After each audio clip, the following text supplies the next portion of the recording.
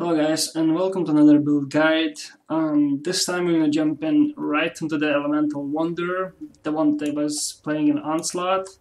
It's right now at level 87, it's in a softcore. A lot of people have been asking how I remade it and how it looks right now, because it was very powerful back in the day. So let's start with the general idea of a build. So basically this build is going around the Power Siphon, a simple attack with wand. I mean, it's very powerful skill because once we have this cooling strike, and once you kill something, get the power charge, which basically gives the critical skill and allows you to crit. So it's a lot about having a lot of critical and critical multiplier. It's a very offensive skill. Basically, it really negates much of your defenses, so you have to build it around defense and offense and find a balance between those two, because it's very easy to one-shot yourself in the reflect packs. But if you're going to be careful, you're always going to be just fine. So let's jump right into it and take a look at the offensive stats. Well, right now our AoE without any power charges has 5k DPS. It's considered a high and pretty decent DPS for a hardcore character. The multiplier is insane, it's almost 500, but that's because of the gear and the wand and everything else. The base skill chance is what's gonna make your tree. Everything you're gonna pick on the tree is gonna be considered from the wand. So if your wand has like 10% critical chance, everything from that you're gonna go from the tree. So make sure you're gonna get any good events of that. But we're gonna go back to the gear later on. So another problem with the Elemental Wanderers is that you never gonna have enough of the chance to hit, basically dexterity. So that's one of the reasons why I picked the Ranger. Now let's take a look at the tree. The Ranger from the starting has probably the best start ever for Elemental Ranger in my opinion. Now let's take a look and see why. Well, basically have this nice start of accuracy, projectile damage, projectile speed, and more projectile damage. And then you go right down, you get more mana, you get intelligence, and you go accuracy. Well, accuracy you need because everything you have on your gear and everything is going to be increased by that percentage. So that's pretty awesome. So as well as you get all this nice trees around it, like multiplier, critical chance, more life, and right next to it is iron reflexes.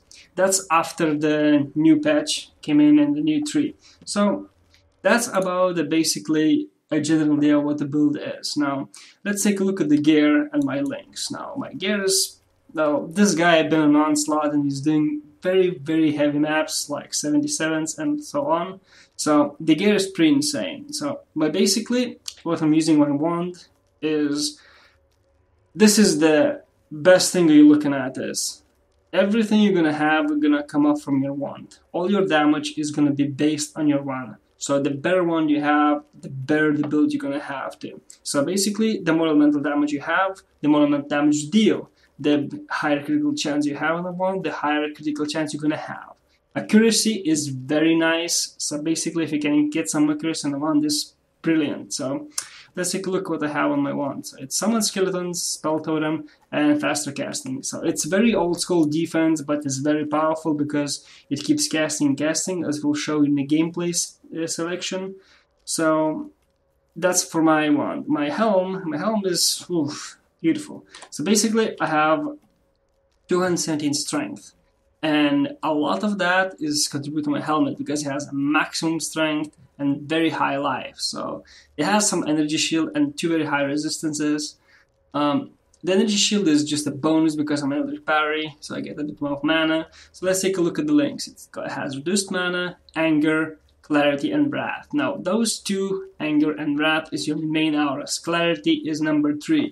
So keep them as high as possible. As you can see, it's level 19. Same as reduced mana. Well, it's 87, so you can expect high level of the gems.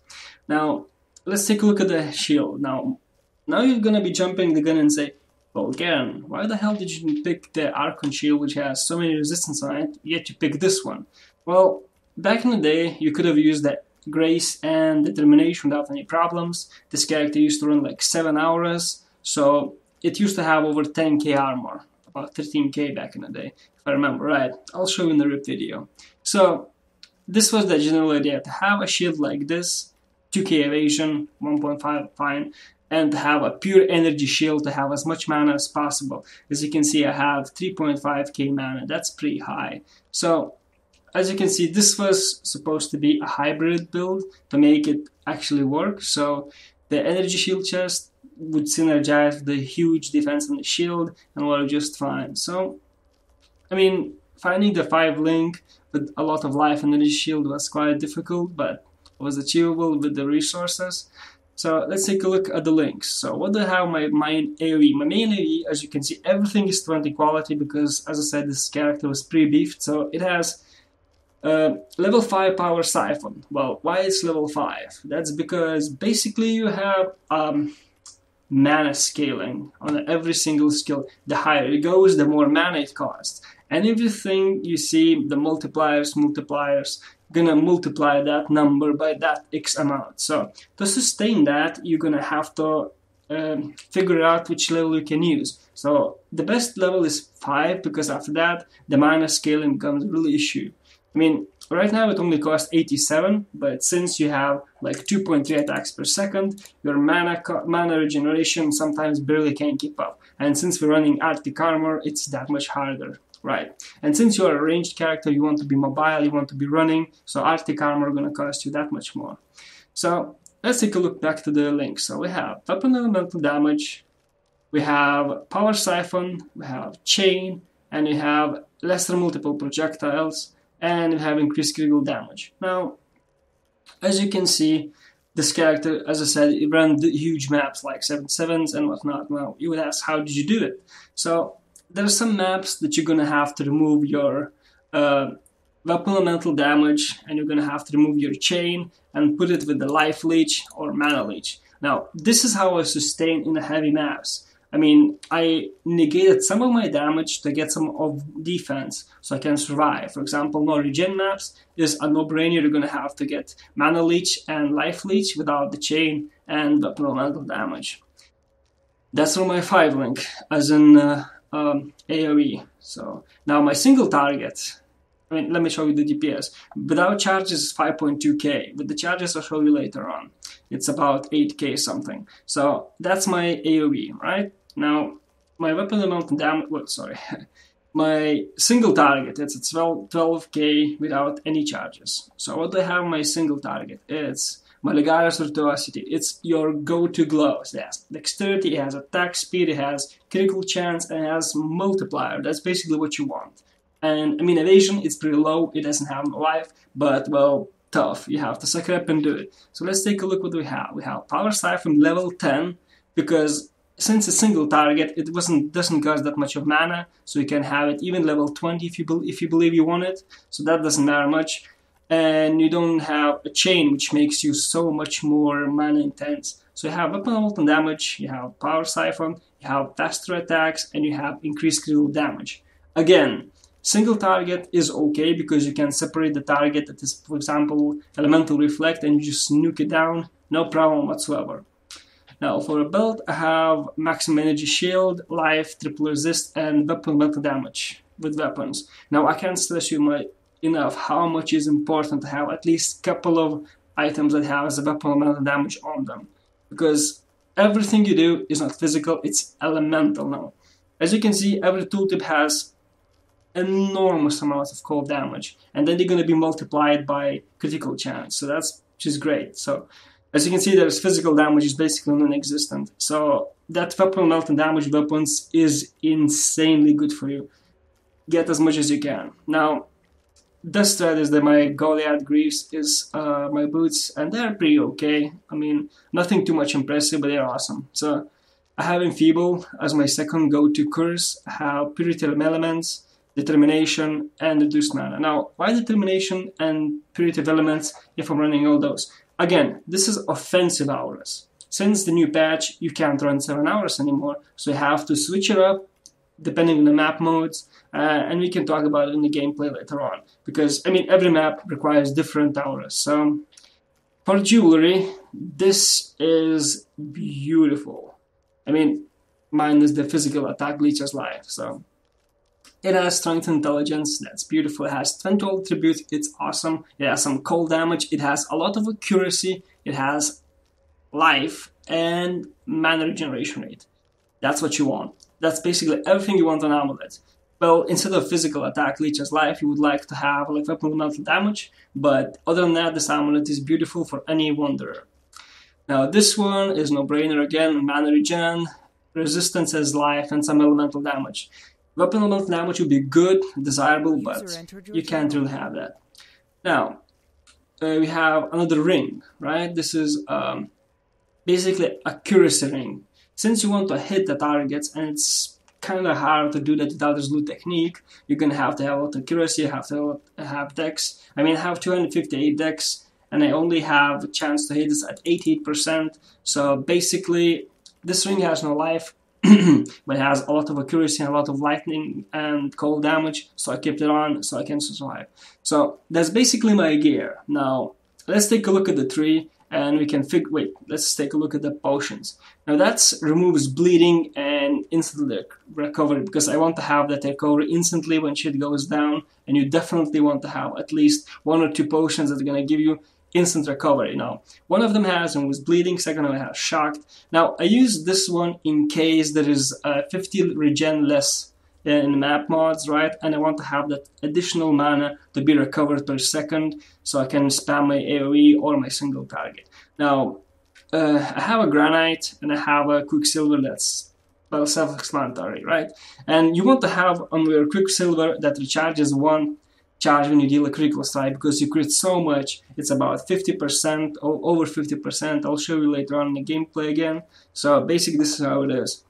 Now, for curses, you want to have Enfeeble for the harder mob packs, and you want to have critical weakness for easier map packs. Like, you just want to destroy entire screens, which I will show later in the gameplay again.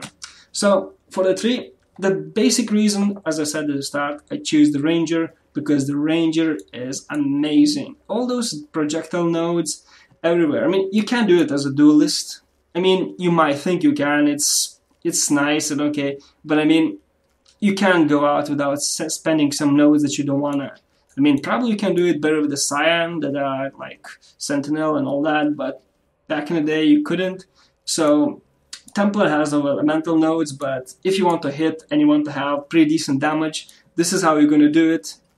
So yeah, those big nodes are just next to you, so you can have all those nice nodes. Life, critical, projectile nodes, accuracy, attack, speed, dexterity, and there's charisma just next to you. And charisma is going to be really powerful on you because, well, you run quite a few auras. So I picked for the more nodes. You can see that's mental acuity, it's clear mind, it's influence, it's, well, bloodthirst. I went to the witch tree just for life and some energy shield for my eldritch battery. So as you can see, this build has static blows, and it has also, I can't pronounce that, sorry. It's my English. So now you would ask, why not get for overcharge? It's only 3 points away. This one is level 90 skill, and I realized I can deal with it without having it right now. So if you don't want to have chaos resistance, clear mind, you can go straight into it. It's no problem. It's your preference. Do what you will. So for life, you have 4.3k life, but you're going to have quite a bit gear with life. It's pretty tanky because Arctic armor are going to make you really powerful, and you can see it in the gameplay. So for gameplay, I'm going to show you the simple map. I'm going to try to explain how the build works, how you should run, how you should prioritize your targets and whatnot in a map. Let's just fire it up and we can see how it looks like. Alright, since it's an easy map, I'm going to run all those defensive auras, and I'm not going to run anything else. So you can see the pure damage on it, and you can see how exactly this build works and how powerful it just is. So it's a ghetto map, and right, so let's just start up and see what we can do. So right off the bat, we have some not very friendly monsters. So, well, with 6 charges, yes, it has only 6 charges. It has 8k DPS on AoE, and it has almost 90k DPS on a single target. Now, that damage is very insane. As you can see, I just shoot a volley and I just wreck everything. But, I mean, be careful with that. You can always shoot into something very ugly, for example, a mental reflect and you don't see it, and that can make your day miserable. But again, this character is dead in a softcore. Oh, look at that, level 70. Is dead, so I really don't bother about that much anymore. But as I said, it was one of the best wonders I ever made, and it's powerful as hell. So, for bandit rewards, I should have said it before, for bandit rewards at the normal, I took the Oak's life. At the cruel, I took the attack speed, and at the merciless, I took the power charge. So I have 6, but I would have 7 at level 90, but I didn't never reach it. So, I mean, in terms of damage, yes, this build is very, very powerful. You will deal a lot of damage, but as I said in the start, you need to find a middle ground. You can't just, I mean, you can see it yourself. It's just insanely powerful, and it just, I'll show you a rare, and just gonna basically one-shot it. We can actually try to do one-shot Hillock. I mean, I did it before, so I'm quite interested if I can do it again. But I can see it's just... So, the problem is that sometimes you don't hit, so that's why you don't clear those packs. Or you don't crit. I mean, the crit chance right now is... I'm not sure what. Let me check it. Right now, crit chance is at 59%, but that's as again, your wand has to have critical chance on it. Because everything you have, you're going to scale off that. Oh, look, there's the guy. So, as I said, you need to move around. You can't stop in one place, because that's gonna kill you. Oh, crap. That hurts. Bear Trap's gonna hurt because it has a little armor. As I said, you need to be mobile. I should have not taken that hit, but it worked out well for me because I critted. I mean, if you crit, it will kill monsters basically instantly. Doesn't matter what kind of it is. I mean, if it's a rare, you might need a couple of shots. If it's a normal mod, you're gonna just wreck it instantly once you have all your charges up. I mean, you can see it. It's pretty impressive when it comes to damage. But as I said, the survivability has always been a problem, and it always will be a problem. So that's why people think that it's a softcore build. But as I said, I made it to very high levels to the hardcore, and being to once, but almost the main damage dealer in the parties. I mean, you might think that's not true, but I mean, as I said, what's happening in Onslaught? The Onslaught had those ugly 20% mods, which made monsters attack you that much faster. So, I mean, if you have any questions, if you want to know more about the build, please post in the comments. I will try my best to reply.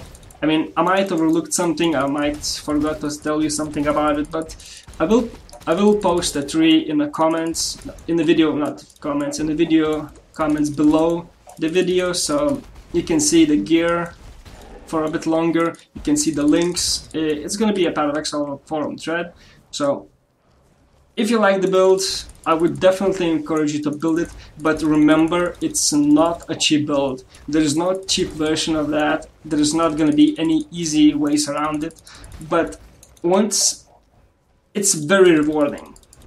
Once you get those couple of items that you really need, you're going to start feeling the power that you really are. I mean, oh, I think there's a rare. Let's go down and take it down.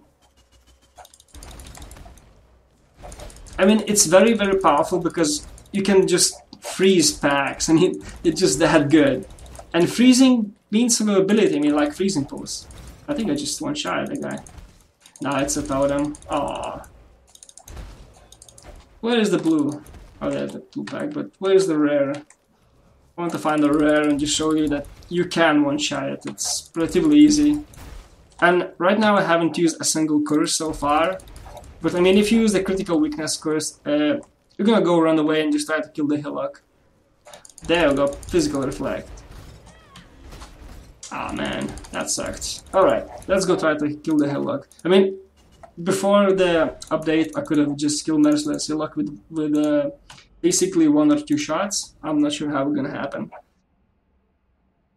So yeah, as I said, if you have any questions, if you have any suggestions how it can be improved to other players, please do that. As I said, this guy's life now is rest in the softcore because I died to it back in Onslaught, but a lot of people ask me how they do it and what they do with it. So basically, this is it. Alright, let's charge the charges and we can see. Alright, look where we're toe. Bang! So yeah, I can still one-shot Hillock. The damage is still insane. So thanks for watching, guys, and I hope you tune in next time we stream. See you around.